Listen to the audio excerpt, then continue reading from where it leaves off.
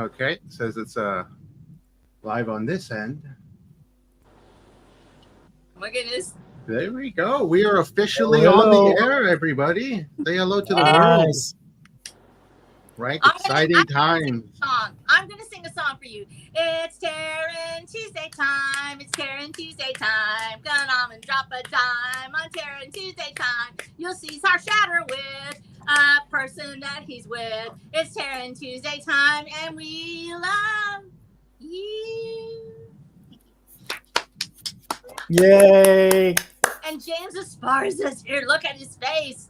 Look at how adorable. And I'm he here too. Don't you? Yes. Don't you want to squeeze him? Don't you just want to squeeze him? He's so cute. Look at his little face.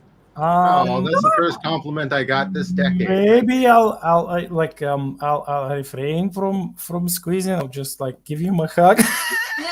A firm handshake. Yeah. And look at Black Knight over there. Isn't he adorable with his little shadowy self? He's like his little. I know that shadow anywhere. It's Black Knight. Hello, Black Knight.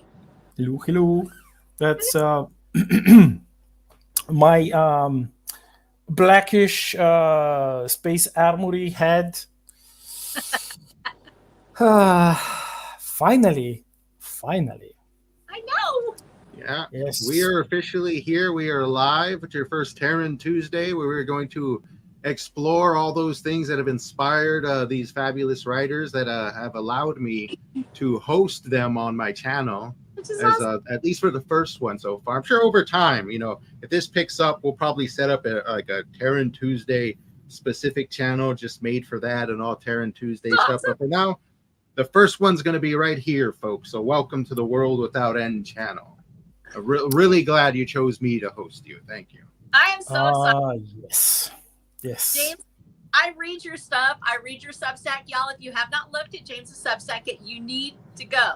And I'm so excited to be sharing it with these two guys. I've got Star Shatter, Black Knight, and he has his Substack going. And these guys are just tearing it up. They are putting out content every week. Some of them, y'all, multiple times a week. And it is quality stuff. It is a brand new era of indie, sci-fi, and fantasy. And these guys are at the forefront. So yay, good job, y'all. Well, someone has to do it. Now I got to go hunt down a few Substack links to post them in the chat. Yes. Yep. I know you Well, see me there too.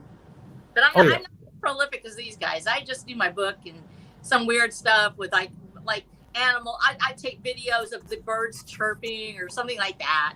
Occasionally do a thing where I talk about my book. But these guys are like, they're just on it. They're on it all the time. Yes. Not all the time. Sometimes I just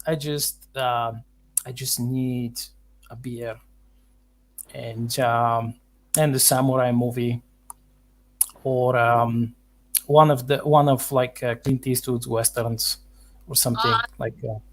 Or maybe one of the old sci-fi movies like from the 80s and the 90s. Yeah, something like that. Yeah. Every now and then, like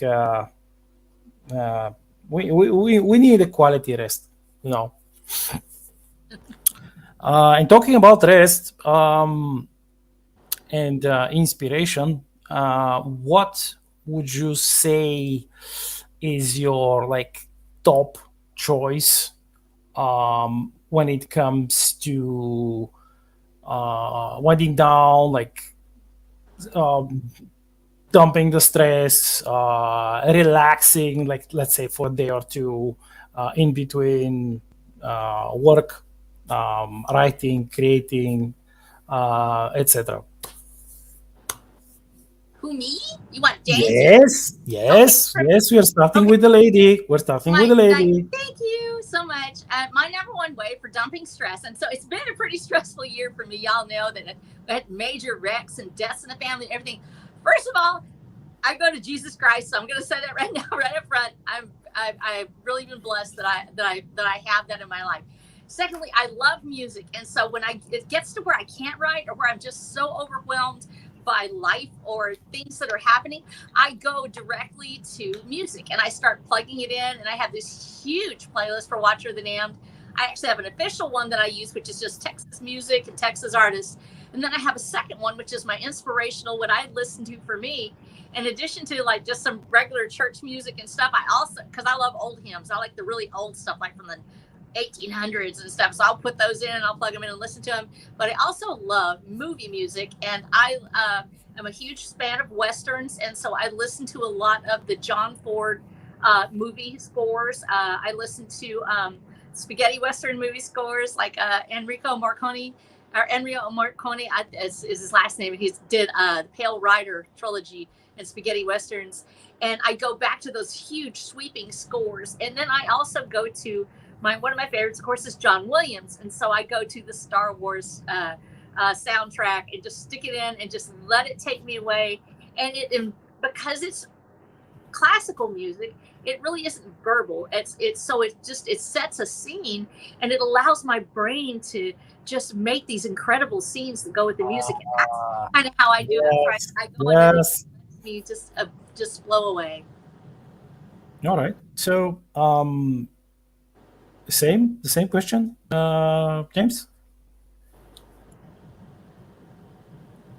To relieve the stress. That's an interesting one because I work from home and I'm usually in my room all day. To relieve my stress, I usually stay away from the computer and I go out in my garden. I got a little gardening. I garden in the back. I spend some time back there away from just like, the computer for a bit. And it's actually a really great way to do a lot of I guess what you say is like catching up on your audiobooks back there, as well as for me specifically, just listening to a lot more I guess what you call like educational books while I'm watering, and also listening to like a lot of almost gardening how-tos, but getting them much more like chemical balancing stuff. And kind of like what's in your soil, how to keep it good, what makes bad soil. And a lot of it finds its way into my writing over time because a lot of it is essentially life on a microscopic scale, and it's got its own craziness to it. But that's kind of where I go to relieve the stress, is in the backyard. Yes. It's not only stress relief, but you also like recharge your creative batteries, right? Yeah, that's a great one too. Because you can find an inspiration from anywhere, and I found a lot of inspiration from there. But in the garden, I got a number of plants because I live in a hot, dry climate, so I try to plant stuff that can survive there. One of my favorite ones is called Malabar spinach, which isn't actually a spinach plant. It's a vine, but it grows all over the place really fast after like a couple weeks. And it's edible like right away. You can just put it in your salads and a bunch of stuff. And I also got a lot of sunflowers out there because they love the sun, and there's plenty of that. And I got tons of tomatoes because they're easy to grow. Got some habaneros, and on top of that, I also got what's that last one? Oh, I got a jamaica plant, which is wonderful. Because, the crazy part is it only blooms once a year in the spring around Easter time is the only time it blooms. And then the flowers will bloom. They look beautiful. They'll only stay bloomed for one day. Then they shrivel up and die.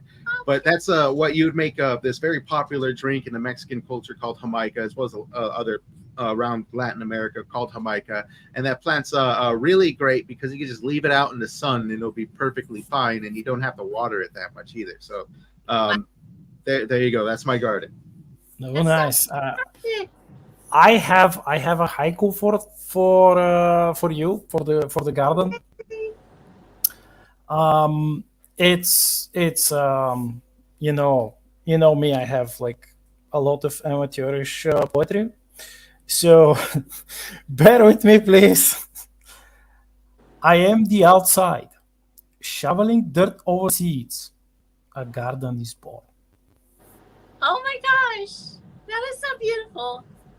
Okay, I have one for you. When I think of you and space hamsters. You are the best. Ooh, the space hamsters. Yes. Uh, people really love them. I was kind of somewhat surprised because I expected more kids to like them, but it would seem that it's like it's equal between kids and adults who like them. So yeah, that's that's that about hamsters. In my own case, um, I have a couple of parks nearby and spots, really nice scenic spots in the city where I could maybe not during the winter, but in summer and fall and spring, you can walk around and probably the walks for me are one of the things that I love the most when it comes to stress relief. And I would go to these places and I would sit, just sit on a bench and look around and soak up the sun and the sounds, and look at the people just minding their own business. It's quite let's say a reflective walk, or just sitting, bench sitting, when my knees start to hurt because I have somewhat injured, slightly gently injured knees. So yeah, that's and of course the music, especially if I'm at home, I could put some old metal, maybe thrash metal, power metal, and of course classical rock. And I would go to the kitchen and I would cook something while the music is dancing around the apartment. Aw, that's so cute. Look at you with your little dancing head while you're making dinner. And I know there's a whole lot of food in Star Shatter. So have you ever Star Shatter food for dinner? Yes. Some of the recipes are kind of impossible, especially the stuff that relies on strange ingredients like Martian red cod, uh, or apple Cretian giant blue apples, but that's like the regular stuff. Let's say, for example, like Captain and its sandwiches. Yeah, I can make them. Well, that's good. Sandwiches are always the best. James, what do you eat to make yourself feel better?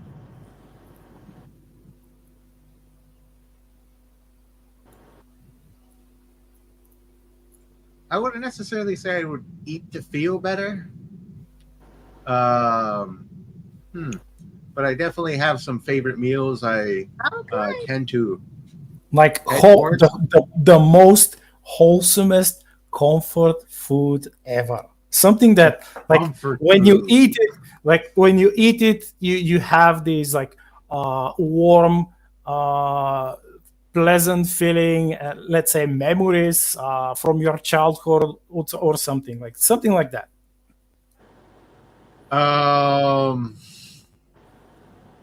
Probably just cheesecake. I'm not really like a foodie. I'm a very simple gentleman. If we want to talk like the best, it's not my favorite, but when it's offered, like, oh look, there's a slice. Actually, it's actually a really good one. What? I'd say it wasn't necessarily a comfort food, but it's one that always makes me smile, and it's a beverage. It's a rice beverage called horchata, which I is know very it. popular. But That's awesome. it's very, very easy to make. I make it all the time whenever we're cooking white rice, because it's essentially it's made of that white rice, but I kind of cheat when you let that white rice boil for a bit and the water gets kind of white on top, I take off all that water and I kind of just use that as the base ingredient because you kind of have to keep that rice flavor. But it's just like, 15, 20 minutes after you've gotten that water nice and hot, you take it out.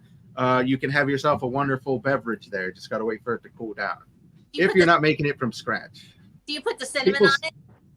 Of course, you put cinnamon, you put these little cloves in there, and a tad bit of vanilla. I'm sure I'm missing one or two other ingredients. That's off the top of my head. I love cooking from scratch or like base ingredients. That's one thing I like to practice every now and then, just to see what I can come up with. Have you ever like actually written this into your? I think you have written it into your Substack stories, like where cooking takes place and they're using recipes. Here's one story that I want to write that is heavily cooking involved. And the simple plot is 3 people live in a barren wasteland and with nothing else to do. And one of them kind of sells the other 2 on a dream. They start a restaurant in the middle of this post-apocalyptic wasteland. And it's all about the food they make and how they start bartering with bandits to take care of the restaurant, and they'll cook them up food if they bring them this ingredient or that ingredient, and just kind of like how it slowly grows over time. All of my ideas are separated and segregated into like 3 short stories that have an overarching arc, and like that's kind of one of them. Yeah, near impossible to get to writing some of these because there's so many of them. Well, you will. Over time, yeah.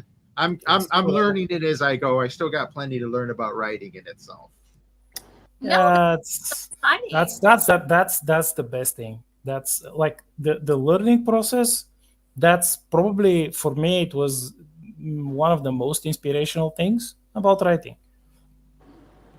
I don't know about you guys. It's definitely fun. It's mental training I've been enjoying. And then the people you meet and befriend along the way. Yes, that's for sure. Yeah. I know I could definitely do some more networking, but yeah, that's for sure. I definitely connected with a lot in the last year through the Iron Age because I only joined up in the Iron Age like a year ago now. So yeah, I remember when you came on, so I was excited because I found you. I think I found you on Substack first, didn't I? Or did you make your Substack after you joined? I made it a couple weeks after I joined to get on Iron Age nights. I needed like a Substack or something of the sort. So I'm like, all right, I got to throw it on. No, it turned out really fun. Yeah, that's. I mean, I was probably late on the Substack scene. I kind of. Because I was used to publishing blogs and stuff on Minds, and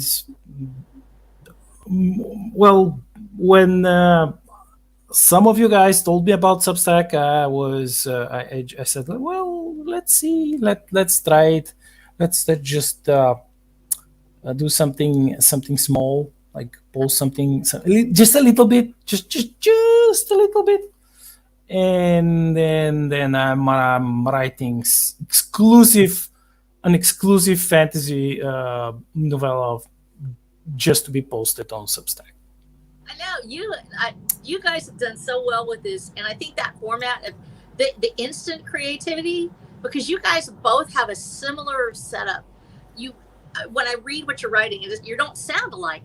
But it's the way you're creating. You are very prolific. Black Knight, you already know you're prolific.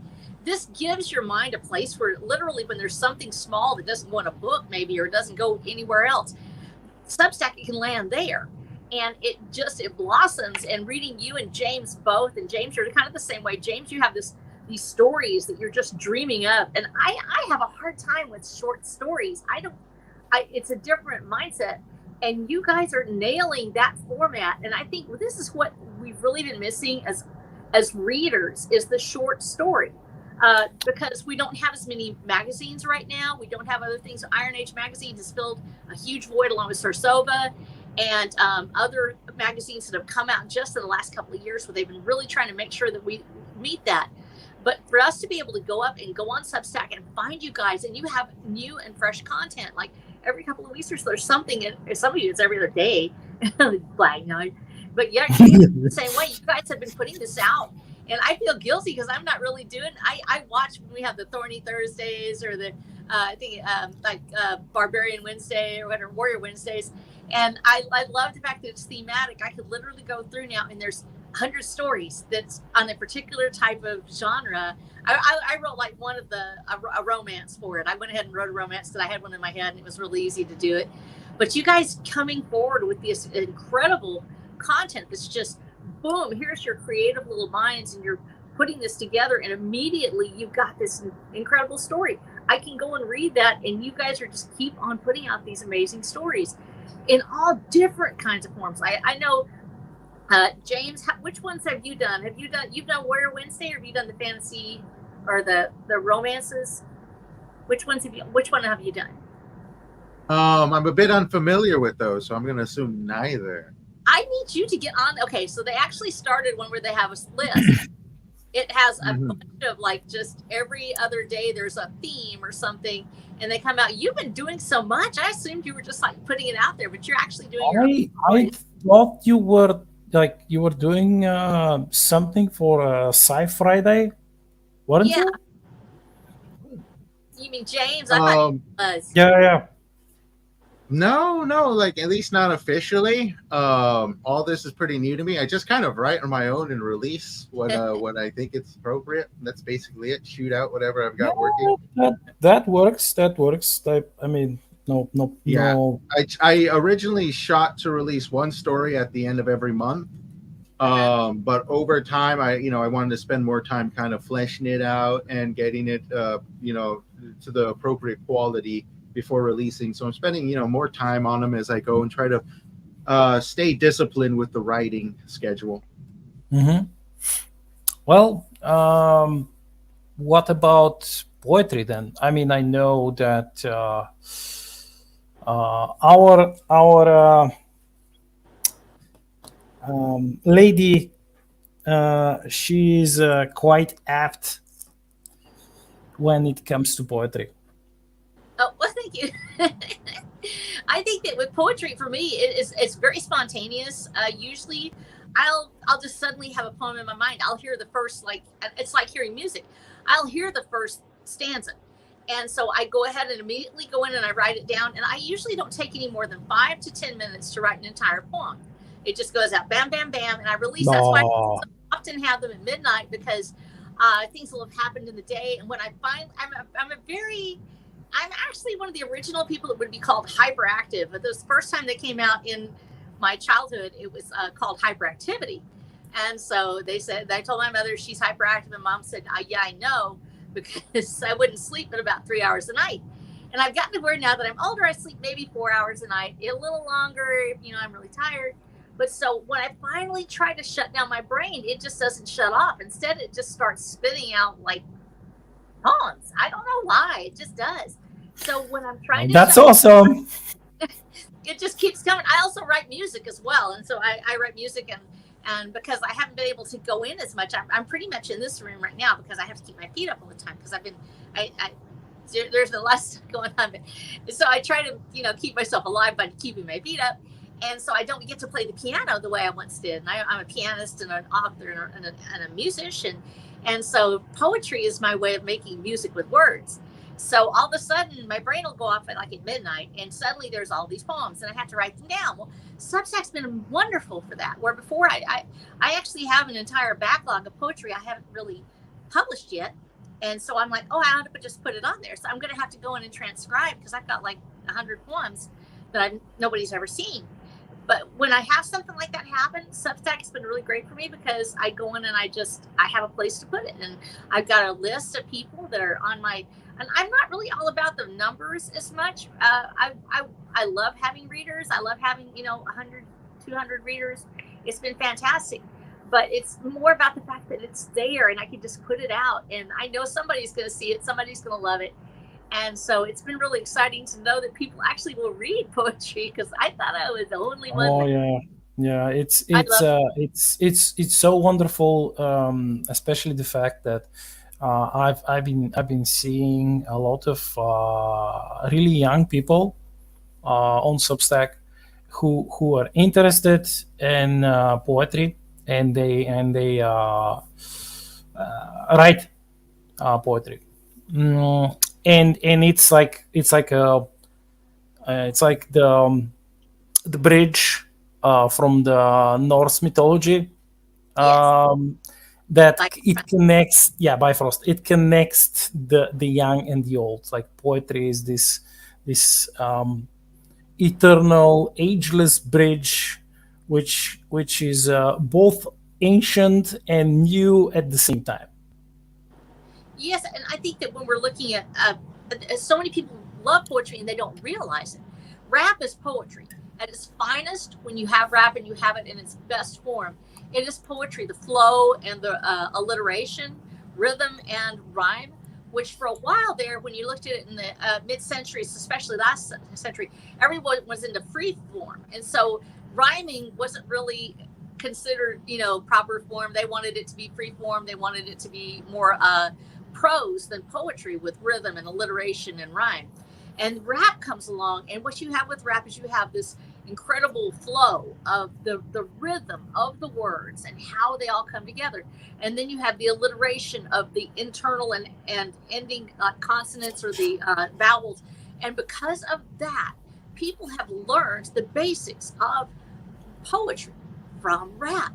But then they say, well, how do I express it? So a lot of people don't do well with spoken word, but to write it and to see it on the page and to realize that there is actual beauty to the written form of poetry, to watch it when it gets down the page and there's the stair stepping of the syllables, and then the gap, and then you have the bridge that goes from maybe a stanza to a different stanza, and it's just like seeing music on a page, but you can read it, and you don't have to be able to sing or to be able to be a spoken performer to be able to write beautiful poetry.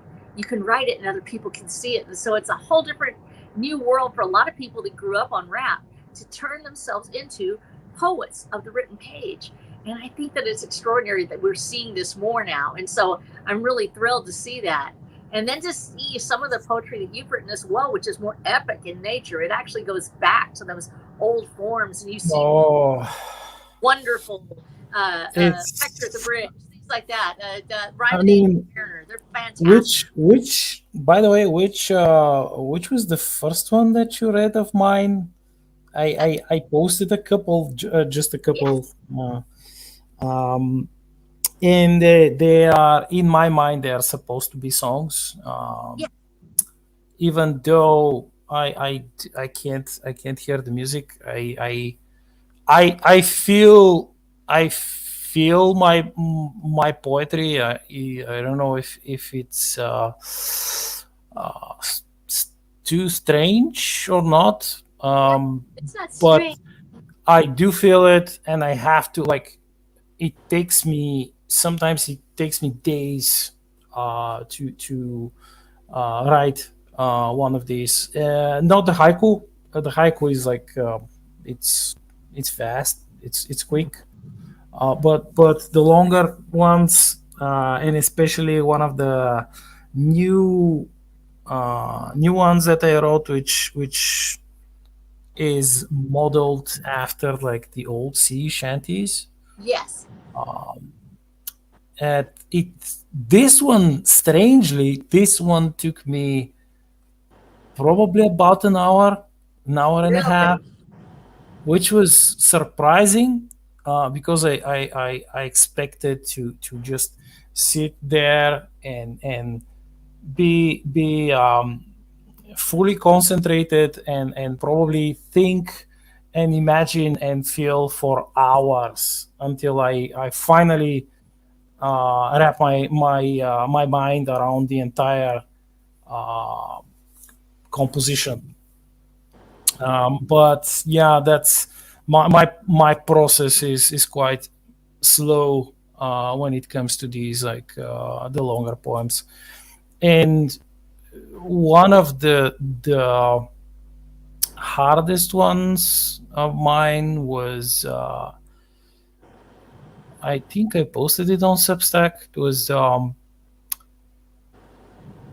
the song that I wrote for Lily. Yes. Yeah, I published it in my second book.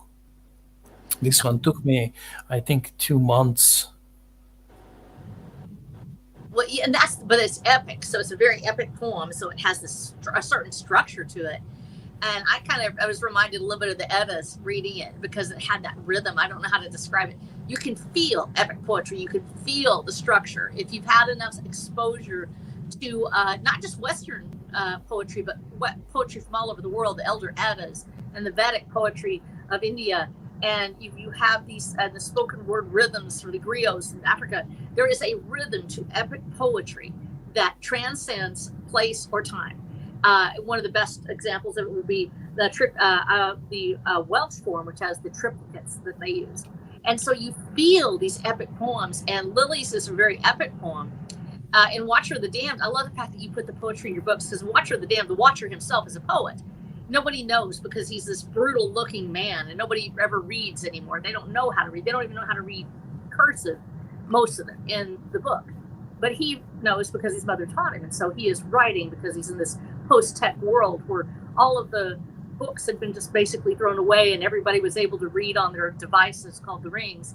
And suddenly there were no devices anymore. And so they had to go find books. And he knows how to read and write in the old ways. And so he writes these poems. And most of his are more ballads. They are a flowering of his own sensitivity, his own nature that he has to hide as a man who is trained to kill and to basically to destroy things in order for everyone else to stay alive, which is a very important job. And he is modeled after the warrior poets, primarily Miyamoto Musashi, who said you have to know the way of the pen and the sword. And so we do have that culture in not just the West, but all over the world, of warriors, men who fight and who struggle to survive, also taking up their pen and writing. And so you guys are carrying on that legacy. When you take your pen in hand, whether it's typing or you actually sit down with a pencil or pen, you are taking on that warrior culture of the man who fights to survive and then puts his feelings down on the page so he becomes a whole human. And I think it's amazing to hear you guys doing this, to have the poetry and the prose that you have and the way that you describe the world around you, because that is the way of the pen and the sword. Indeed, that's. I was somewhat hesitant back in the day before I tried to materialize my notes about the different poems and songs that I had. And they were just concepts, ideas. I don't know, James. Did you dabble in poetry in any form? Yes, kind of more. It's been a while, but I used to write poetry for World Without End, and I'm eventually going to get back to that over time. Right now, I'm kind of introducing lore factions, and when I kind of get those down, in maybe 2 or 3 months, I'm going to introduce new poetry for monthly releases along with the lore factions. And Yes. Slowly build up on it as it goes. What? But I already got a few pieces out there, but I won't need to recompile them. They're mainly you should definitely used. post them. I shall once I find them, because I post monthly on the Substack at least 2 times a month, and I've done that for the last 15 months, so it's buried somewhere in there. It is in there. But by next time we do this, I'll have some to share. I think we need to start the Iron Age Poets Society, because I think that people they love poetry. They want to read it. People want to write it. And I think that there is something about poetry that speaks to the human soul. We all want to be able to say what we cannot say out loud. When you put it on the page, and you write it down. And what we can't say, I'm this kind of person. I sound like I'm from Texas. Let's be honest. I sound like I don't think I'm very inspiring to look at or to hear. When I'm on the page, when I write words and I write poetry, I'm not just me anymore. I'm like this 10-foot tall Valkyrie. I could literally swing a sword, and the words are my sword. And that inspirational feeling that I get from putting the words on the page is just extraordinary. There is a difference in writing poetry. When I write a story, I have to think of this long, not just the images that I'm writing down or the scene I'm writing, but the entire story and how it fits together. And all the nature of because I have a very unusual genre, because it's not really a genre that's in the world, so I just basically created one. So it's hard for me to sell that. But with a poem, it flows from that one ideal, that one say. If it's an epic poem about a battle, kind of like with Lily's song, then or about that feeling of that, then it does take on more form. But it feels different when I write poetry than when I write a story.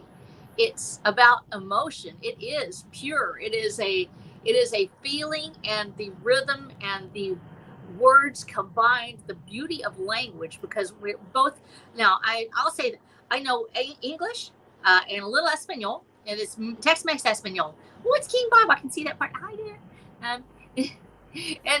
And so I know that, but I know that you guys know, James, do you know some Spanish, Espanol?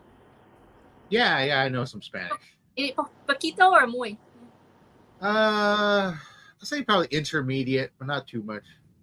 Yeah. And I know that are you speaking Dutch, Black Knight? Is that what you speak natively? No. I wish. I don't know Dutch. I know. I have like a good knowledge of Russian, I should say, even though I do not use it too much. I can write and talk in Russian. I know a little bit of German. I can't write in it. And of course English and Bulgarian. So you're speaking, okay, so you have your native language of Bulgarian. Yeah. And when we compare these forms with English versus Bulgarian versus French or Spanish, a whole different rhythm and a whole different... It's insane. It's insane. It's even when you compare Russian to Bulgarian, which are quite similar because they are almost like the same language, while not being the same. If that makes sense.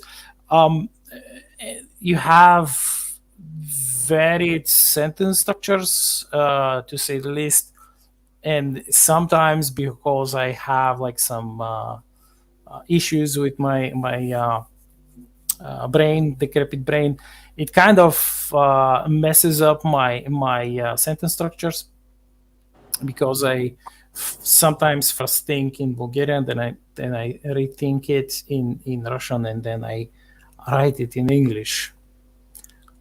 So yeah, you could understand that it might get a bit confusing. Not every time, but sometime. Well, so do you have one of your poems that you've written in Bulgarian first? Yeah, I have 3 of them. I no longer write them in Bulgarian. I write them in only in English, because it's like it's I found it impossible to translate them. Because it's hard. Can you actually say what answers for us? Could you actually speak a couple of lines from your poetry? No, I rather not. I mean, I will rewrite them in English, but it's certain things are lost in translation. it's like trying to translate Ivan Vazov, one of our greatest poets, or Hristo Botev, which is also one of the great warrior poets, who was actually who actually died fighting the Ottomans while he was leading a revolution. So yeah, it's I don't know. It's I've read different poems translated from my language to Russian, and they don't say this. They don't say they don't sound the same. And let's not talk about translated in like, let's say, German or French or English.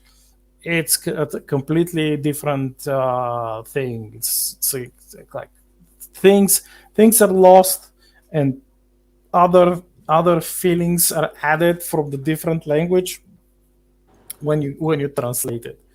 So No, I love that, because that is, we're talking about language, and not everything is in English. And so, well, so many times we're writing poetry, writing it in the language in which it comes out, whether it's in your own native language or you're speaking a different language because you're wanting to put it into your book. It is native to the language that you are using. Rather than translating it, you write it in the language which you want to speak it. And one of the things that had happened with me was that I because I live in Texas, frequently we have mixed, like, it's not Spanglish, and some people jump on you. Oh, you a Spanish word with an English word. We do it around here because if you're a Texan and you're me, it's like, you just sort of switch back and forth depending on what you're doing. I'm not great at it, but I know just enough that I actually have written some poetry in Spanish. And it is so different. Poetry in English and poetry in Spanish is so different. And part of it's because of the repetition of words. Be the treasure of my heart, sunlight of my soul. Tesoro del corazón, amada del sol. Tesoro, tesoro. And that poem, which was split into two, and I'm not a native speaker of Spanish, but the words are so different. It is very hard to translate. Tesoro del corazón, mi amada del sol is a feeling that only in Spanish can really be said. I feel like it's the sunlight of my soul is different when you're talking about the treasure of the heart in Spanish than you do when it's in English. At the same time, if I get stuck in Spanish, like, I get it really hard for me to switch. Like, my brain won't kind of switch. I have to click it over. So I just using the words that I know. On the other hand, when you have English has such a different feel to it. It's not clipped. It's not quite like German in that respect, but it's very close to it. And so it's more of a forceful feel as opposed to the flow of Spanish. And so there's so much that gets lost in translation. But hearing poetry and the music, that word in which it is written in the first place, whatever language it is a showcase of the language itself, and it makes it so beautiful. And I think everybody needs to at least learn one or two poems that are in the language in which they are written. Yes, it's I'm happy that we mentioned that the translation of poems or just writing them in different languages, because we mentioned haiku earlier, and you know that I have like a few hundred amateurish haikus. Yes, and I will one day publish some of them. At least those that I'm not embarrassed of. I will publish them. One of the somewhat less amateurish ones is titled "The Reflections," and it is. It's probably one of my oldest, one of my first ever attempts at haiku, and it goes like this: imagination, visions of pure clarity, reflections of old. Oh my gosh, that's so beautiful. But that's it. That's the rhythm of the words you're using. It's not just 575.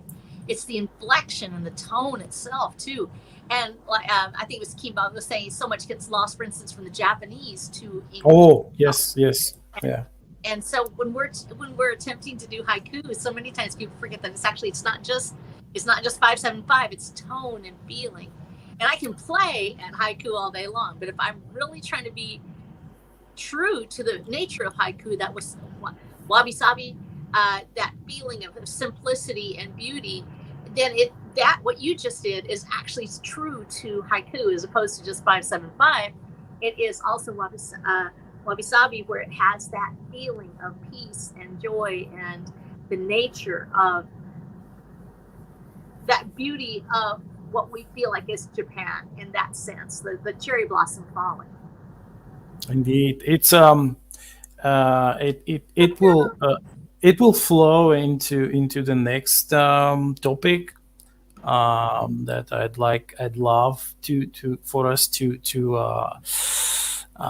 talk about, which is the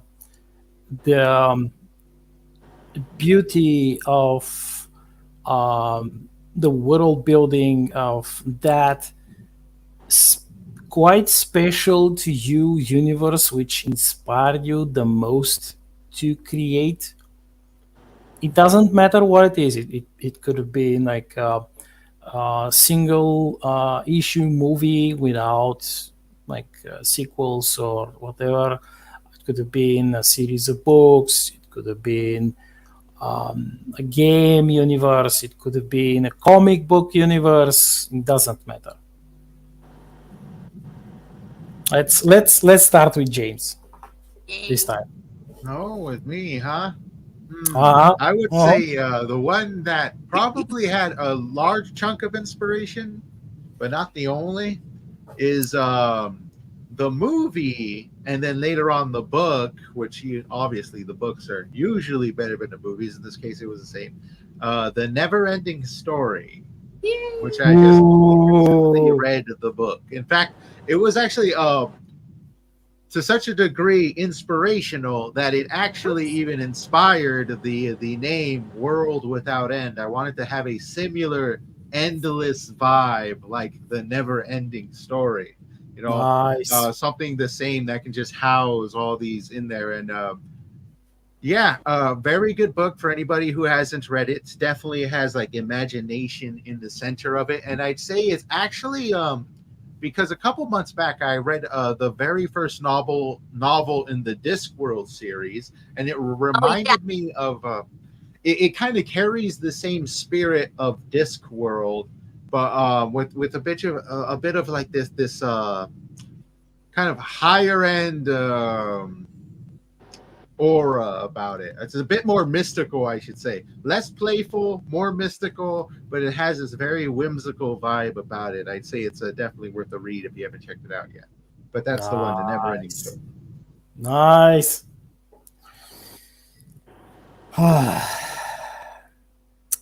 Yeah, I still remember the first time I watched it. I watched the movie. Now that I remember it does have this unique another world, get transported to another world vibe, because it's not it wasn't like other similar stories. It had like its own special vibe. This movie. Oh yeah, it was lovely. Yeah, definitely. Especially like at the center of it, the whole shtick was, that's spoilers. I'm gonna say for anybody who hasn't checked it out, but it's all about kind of like growing and having hope and being responsible with your strength and things of that. Very Peter Parker-esque in its health, but way before. Definitely worth checking out. Anybody who hasn't checked it out. The movie's decent. The book blows it out of the water on a lot of fronts, but it also actually did age well in something that was both in the movie and the book, and that's where the enemy is described as like a hopeless force that is meant to kind of suck all hope out of the world. Because when like people the are not Dementors. hopeful, they are the literal words uses when people have no hope left, they are easier to control. Indeed. So it aged very well. So anybody, so if you want to see some major anti-woke stuff, you could read that. Yeah, it's one of the major pillars of my own universe, the moral officers, which they make sure that even if they fall, even if they die, hope lives. And I don't know if you read. I mean, I think you've read the second one, Snow. You read the second I one? started the second one. I just started. Okay. Yeah. So the that is quite true, because if you don't have hope, if you're broken, if you're crushed, it's so easy to like for the parasitic authoritarians to keep sucking your very life and just like stealing your future and stealing the future of your children and like perpetuating their own broken legacy forever and ever. I mean, it's never forever, but they are quite. I mean, they are quite persistent in their violence. So, what's your favorite universe? I guess I would say, and I've never seen a never-ending story. Now I'm gonna have to go watch it. Now I've got to go do it. It's actually a little bit after my time. I will start actually with the earliest one that I remember, which is one of the first isekai actually to come out, which is Wizard of Oz. And I actually not only saw the movie, I read the entire series as a child, and actually had one of the original. It was the 1909 or 1912 version of it, and so it had the original illustrations and everything in it. And that same feeling, you're in a place where there's no hope and there's no difference, and every day is the same and everything is the same. And two things happen to you when you're in that place. First of all, is that you long for the exotic, and something will happen in your life that will change your universe. And suddenly you will be put in a place you never thought you would be before. And that's the isekai part of it. The fact that ordinary people can do extraordinary things. Dorothy is just an ordinary little girl. She does extraordinary things. But also she is able to lead basically a revolution against the Wicked Witch of the West. She not only starts this revolution, she actually kills the first person unwittingly, and then finds out about how terrible life is under the witches, that they are these oppressors. And Glenda, of course, is not all the witches are bad. Glenda is the good witch, and she's a good witch because she doesn't believe in oppressing the people. And so she helps Glenda to start this revolution. And people don't think of it as a revolutionary story, but it is. It's about little girls leading revolutions and taking over the world. And she does. She actually manages to change it. But she also finds out that there's something she misses about ordinary life, her family, the people she loves. And she needs that grounding as well. She finds herself moving into this strange world and fighting and facing the evils of the world, that she finds out what really means the most to her. And of course, then this flows into, I love that universe. And then of course, as a Texan, it's influential, not necessarily a strange universe, but going along with that theme, the Alamo with John Wayne, which I know a lot of people, that's not accurate, and everything else. We're Texans. We have a mythology of our own. We have an actual mythology that takes place. And there's also a lot of truth in it. I'm a big student of Texas history. I love Texas history. And I will tell you almost everything that you've heard about the Alamo is probably true. There's most of it will have its seeds and truth somewhere. In fact, I have an ancestor who fought and died at the Alamo. It's one of my great uncles. Yes. And two boys. And so these things are true. We know our history. We know where we come from. And the same thing, that ordinary people get called to extraordinary things. And sometimes they die following those beliefs. They die following those. Also, Snow, I hate to interrupt you, but just to throw on top of that, my great uncle fought and died alongside your great uncle at the Alamo. Yeah. Yes. Yes. Name? Which one is it? What was his name? The family name was Esparza. It was. You were the one. I didn't know that was you. Mine is Wolf. He was actually Wolf. He had his 2 young sons with him, and they died right at the end. And in fact, he died trying to save one of the boys. He begged for the lives of his children. And then, of course, they killed the boys who were 12 and 11 years old, and they killed them because they fought alongside their father. And so they killed him and killed him, too, because he tried to save them. And that was with Susanna Dickinson in the center. When you know these stories, when you understand the importance of real people, that Texas Revolution was a Mexican revolution, and it succeeded. Texas is Mexico with guns and ammo and everything else, and all the people together. And it took so many Tejanos. You're one of those original Tejano families. Let me tell you something. Those Tejano families, they're proud. They don't let anybody mess with them. They don't let anybody get away with anything. They are proud Tejano families that took that duty for life, liberty, pursuit of happiness seriously.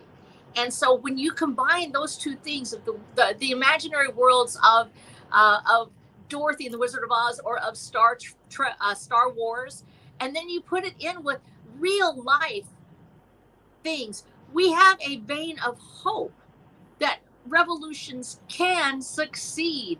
And that is something we don't see often in our day-to-day existence now. We don't talk about, can you fight back against evil, and when?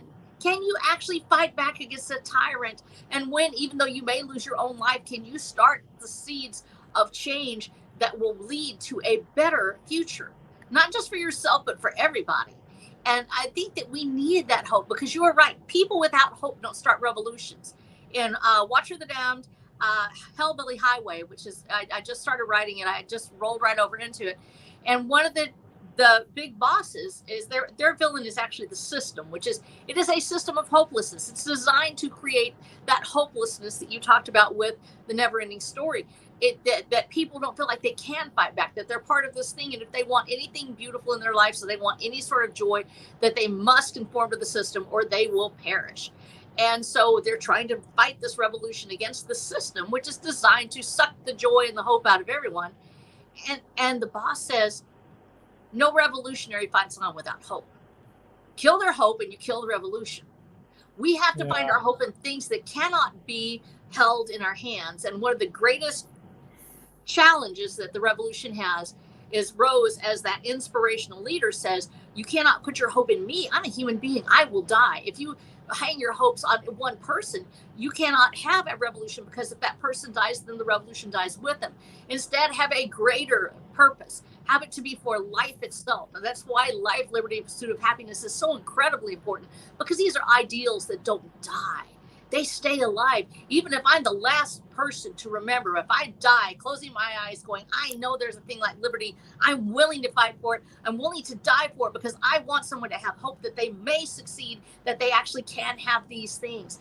Those men that died at the Alamo, Esparza and Wolf and his boys, they died not knowing whether they would ever see anything like we have right now. But do you realize, James, you and I are sitting here talking to each other right now. I can reach through the screen and touch the DNA of a man who fought next to my great uncle, and we are here. That's the hope. You may never see it, but it will happen. You have to have the hope, because without hope, there is no life. Yes, without the hope, there is no life and there is no future. So good. It's in my own work, I have, like I said, I have the morale officers, and they are pretty much they're symbols, but they're not symbols because of themselves. They are symbols because they know they use the Terran world. So the Terran word is the legacy of people like your forefathers who fought to secure the freedoms that you have now, and that's why they are so hated by all of the enemies of Earth and its allies. When they see a morale officer, they try to kill him or her because they know that it doesn't matter. Like the moment that person opens his or her mouth and they start talking and they relay all of the, like they evocate all of these memories of sacrifice and the examples of all of these people who died, like you said, not knowing that what they fought for would ever be achieved, but they had the faith, they had the hope that one day it will exist and it will be like real. Then like there are cases where dying people who are supposed to be dead, they keep persevering, they keep fighting because of that word, because this word is it's just that powerful. When you talk about this, you're actually talking about those bards. This is the spoken word as a spirit of a human, of written words as logos, as actual power. And there are cultures where when you speak something into existence, you are speaking an entity into existence. That's why you don't do curses, why curses are so powerful. And many people, you're like, you don't say that. You don't say that out loud. You don't say those things because if you do, it could come true. But we also have the reverse power and the reverse power to be able to be the bards of this age. One of the things that, and James knows about this was the work of Travis at the Alamo. He was only 25, I believe, when he died, Colonel. But the thing that he invoked, very young, yeah. Yes, he invoked the 300 at Thermopylae. Haha. He learned about the 300 at Thermopylae. He talks about standing and dying if this will buy the freedom that he so desires. That he will stand, he will fight, and he will die. And it's based on the story of those at Thermopylae. And he says, no one may ever know about us. Do you know why they know? It's because people like you and I speak the words. Somebody has to be the word of the warrior of the word, and that is the bard. The bard's role in any revolution against tyranny, against hate, against anything of evil is to speak the words that bring life and inspiration. You are the bards. You are the bards of the Iron Age. When you speak these ideals into existence, you don't know who you're inspiring. We only know that Travis learned from someone about the 300 at Thermopylae and how they fought bravely and died and kept the Persians from coming into the past. And as a result, changed the history of the world. And those men who died at Thermopylae had someone speak those words and write in a beautiful, epic poem that becomes the basis of what Travis will hear 1,800 years later, 2,000 years. It's so incredible that those words are so powerful that they inspired a revolution that is still going on today. That James and I are part of it, and you are too. When you're writing what you write about freedom, about choices, about doing heroic things, when Lily sings her song, these things are the words of bards. You don't know who will hear it, who will carry on your torch. We may never know, but somebody else, somewhere else, will read what you wrote, will see what you said, and they will carry a torch that could light the world on fire for freedom. And we have to bring that forward, whether it's hope, a freedom that is internal and personal, where it's just me and I'm the only one free, but I'm in my world. I am a free human. No one can enslave a man who knows he is free. And at the same time, it may be that it will actually light that world on fire, where it will change the world where everyone can be free. And that is the way of the pen and sword. It is the warrior of the word, the bard, who does this.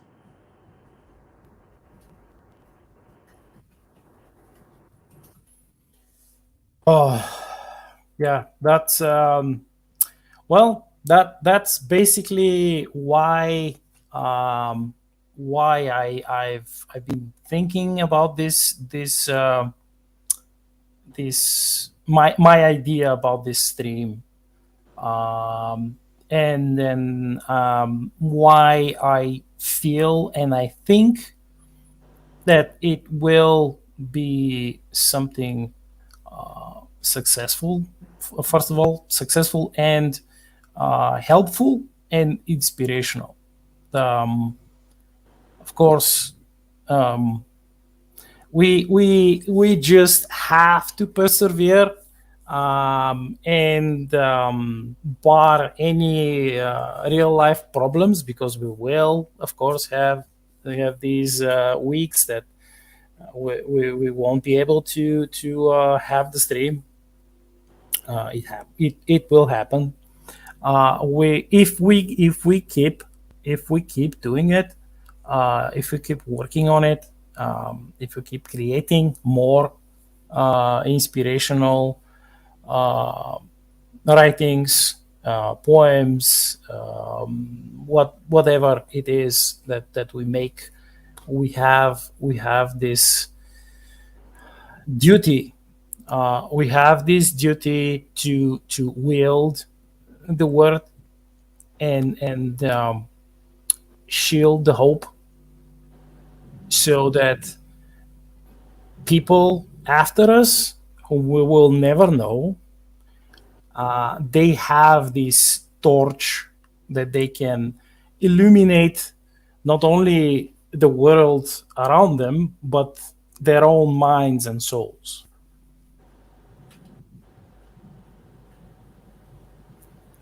Well, that's what So, art does, man. yeah, yeah, that's one of the things that I, especially when, I don't know, I hope that you could get to that book, even though you have like a lot of things to do. Um, uh, this almost broken civilization of people of Kera, the Averna, they they have this they had this, and they, like, those who remember in their like current post-apocalyptic reality, they have these women who live in their bunkers, who are called the lore singers. And since they no longer have the machines and anything else to preserve the memories and the history of their people, these women, they sing everything in form of song. And some songs are partially lost, some are still intact, and they sing these songs to the children before the children go to war, because they're dying. But the thing is that all of this, like, their refusal to relinquish their last tiny, minuscule speck of hope, is what kept them alive. And one day, when the Terrans came to their world, this small tiny speck of hope, it blossoms into like a huge forest full of giant trees. And it's I mean, it's hard for me to talk about it and not spoil everything, but it's probably one of the things that a lot of people like about hope, that it's even nearly destroyed, unless just a little bit of it remains, it can regrow itself. But it has to be there. You have to have some piece of it, because if you don't, you're doomed. The garden is hope. I think that's why James probably loves it so much, because even when everything looks awful, it's out there. It's waiting. There's something. There'll always be something. You can take the entire garden out. There's that one little tomato that you didn't know was in there, that one little pumpkin. Something comes up, and it's just that magic. It's a symbol of hope. There's a reason that the garden is the symbol of hope, because it means that something is coming. The winter is here. All is dead. All is lost. It's under a layer of snow. Just wait. Just wait. The sun is coming. Spring will be here. And with it rises the new hope every single time. We just have to keep those seeds alive. Yes. Have you had these days when you go to the garden, and let's say you have like tomatoes. Let's say that you have tomatoes, and you feel a bit down, like you're tired. Maybe you've had like a hard day at work, and then a ray of sunshine reflects off the surface of one of your tomatoes, and it kind of hits your face. And it's not the ray of sunshine. You actually feel the taste. You can taste the tomato.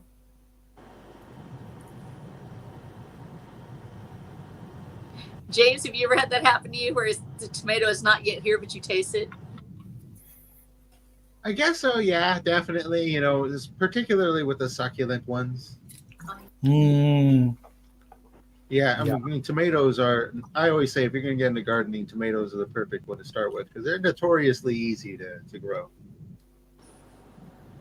And they taste like sunshine. That's the thing.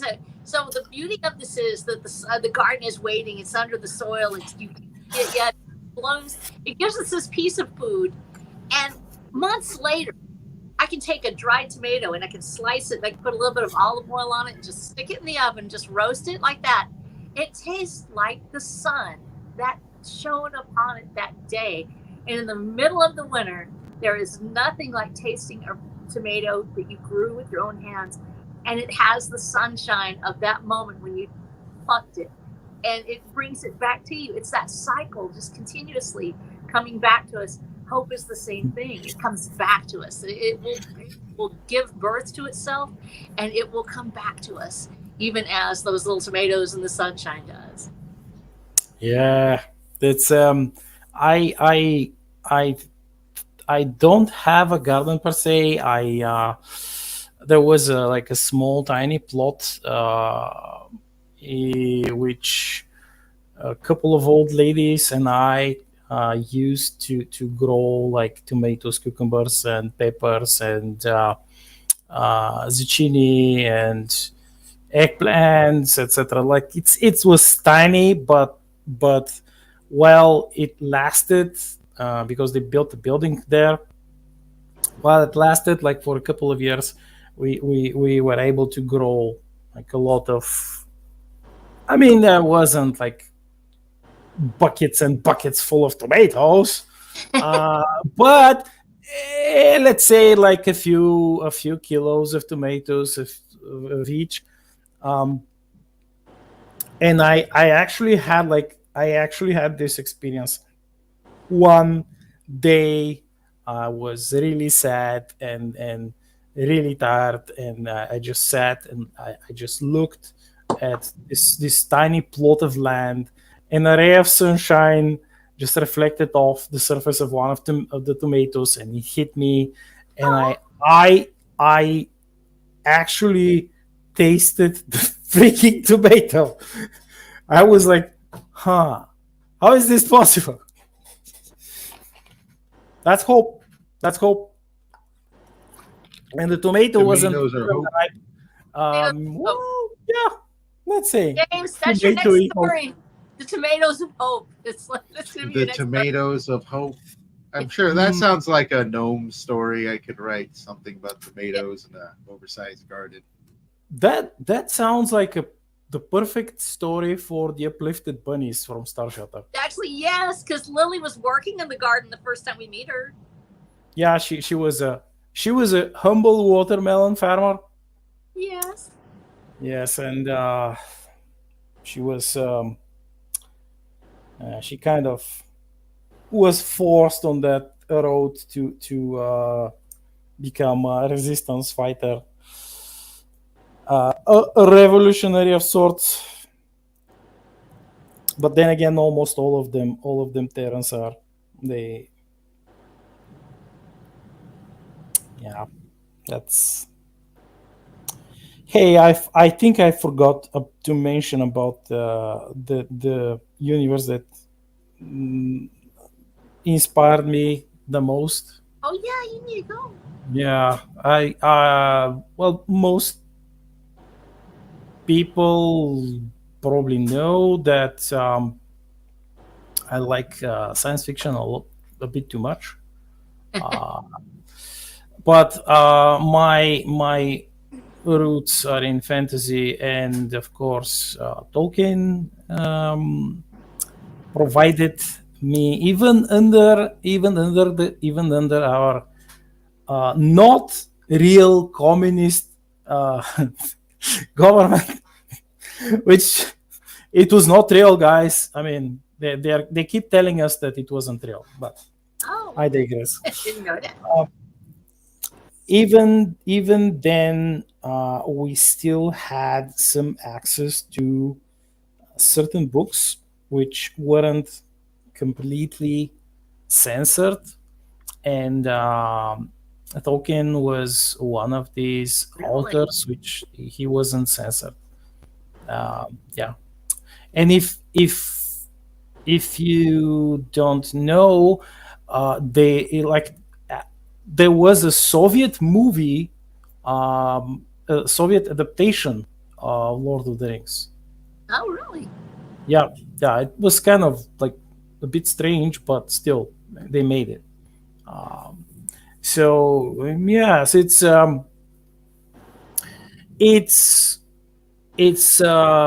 something that I keep going back to, and whenever I'm stuck in not about writing per se, but stuck feeling the exact thing that I imagine that I should feel to write the thing that I want to write. I go back to Lord of the Rings, and then read I read certain passages, not always the same, but I read them and I feel, and then I think, and then I feel some more, and then I reach a certain state of inner completeness. I mean, it's not perfect, but I'm able to do it, and through this, through all of the lessons which Tolkien imbued his work with, and especially the characters and their growth, I reach that center, and it helps me rekindle maybe some levels of inspiration that I may have lost recently, but it's always there for me. So One of the you were talking about, there are so many great pieces of literature and movies and music out of the Soviet bloc and the Eastern Bloc nations, and my father was very much an aficionado of the Eastern European cultures, And one of the things that actually I saw later after it passed, but I was still interested myself and was very heavily into the music of the era and to the composers of that particular group. And the glass harmonica is a beautifully animated. I don't know if you've ever seen it by night, but it's, if you haven't seen it, go see it, because what you and James were talking about is hope being a garden, a tomato being a hope, and that it is so beautifully transcribed in the glass harmonica about hope flowering where you don't expect it to be, where people will try to destroy it and they'll pill it up and they think that they've gotten rid of it completely, but hope still flowers. And it was probably one of the finest examples of Soviet era Eastern European animation and storytelling. And it's not very long, so if you get a chance, go look at the glass harmonica, because I think it would perfectly embody what you're talking about, of that rising out of that era. In fact, blatantly rising out of that era. It was actually approved, and yet they got it out there. And it, of course, has a lot of things, you know, imagery that's associated with the Soviet era line of thought, with this message of hope growing where nobody expects it to grow.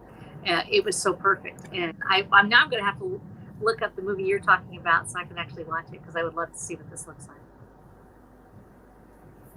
Yeah, that's well. I think that's quite the awesome first issue of our Terran Tuesday stream. Wouldn't you say? I think No, it's definitely. It was very fun. I know we said we talked in the back end. We're going to go for about an hour and a half, and we're closing in on the hour and a half marker. But I enjoyed myself. You know, I'm glad that that I was able to host this and nothing going wrong. Technically speaking, everybody sounds good. Everything looks good. We keep this up. I might have to get a StreamYard subscription to start bringing up images and videos, and whatnot. Yeah, it's well, it's something that we will we'll see how it grows, but we've been talking about hope and stuff for the last hour. So yeah, I mean, we will keep investing our ideas and our positive energy into it, and eventually we will talk about world building and different characters and inspirational heroes and the hardships of indie works, and like how tough is it.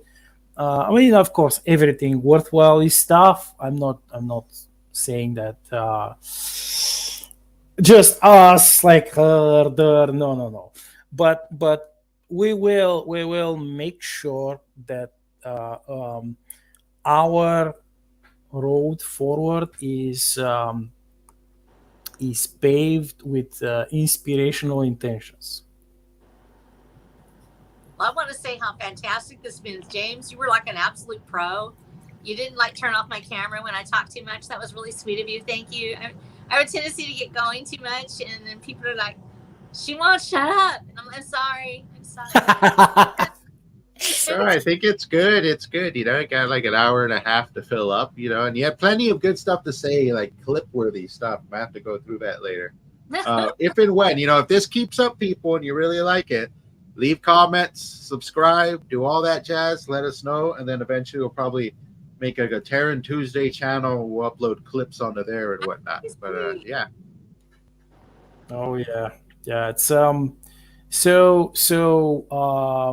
before the end, before you wrap up, let's say let's talk about what what each of us is doing, and where people can find him or her. All right. Who wants to go first? You go ahead, so we'll start with you. It's you. Yeah, okay. It's you. You know that I'll talk. You know that I'll do it. Okay, fine. This is called Shilling. Hi, I am R.H Snow. I'm the author of the Prometheus Award-nominated post-apocalyptic sci-fi western romance Watcher of the Damned. It's associated tabletop role-playing game System and Star. And I have a website at watcherofthedamned.com. I also have my books, all of them on Amazon. And it is a story of revolution and romance and the hope that people can be free. And on the back of each book is written the Texas Star and inscribed with the motto, "We will be free." Because it's not just an ideal. It's not just a fantasy. It is a reality. We can be free should we choose to do so. We have the power. We can make it happen. And that's the whole promise of the book. And I promise you're going to get great stuff out of it. We already have 9 books, and some people are looking forward to 18 of them. I'm like, oh man, I got to live long enough to do that. But yes, it will be finished. I have the first series in the bag. I'm working on my second series, and the third series will finish out the arc, followed by the world tabletop RPG that is Wildlands. So I look forward to sharing this story with you. And if you think you might be interested in that, about a tall Texas tale of revolution and romance, then look it up on watcherofthedamned.com. And I thank you so much. And I love all my readers, and I love all of our listeners today. Thank you guys. You're awesome. I love you. James? Super awesome. Super awesome. If you want to find my stuff, I write short stories, and I write short stories and slowly introduce people into this epic grand universe I am making to house all the short stories. And you can find all my stuff at worldwithoutendlore.substack.com, where I've been posting for the last year. So there's a lot of material there.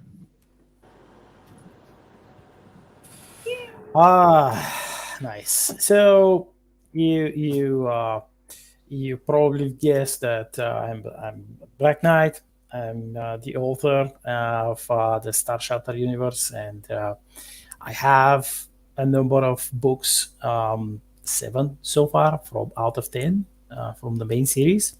It is a unique alternate history space opera universe with lots of uplifted species, glorious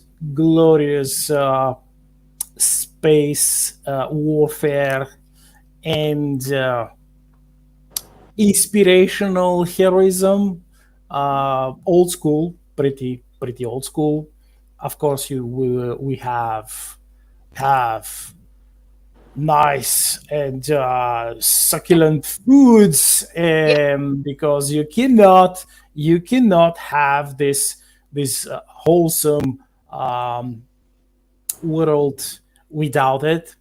And it's like I always say, it's Star Shattered is all about resisting authoritarianism and fighting against the people who want to enslave your body, and crushing your soul and wiping any sparks of hope from your mind.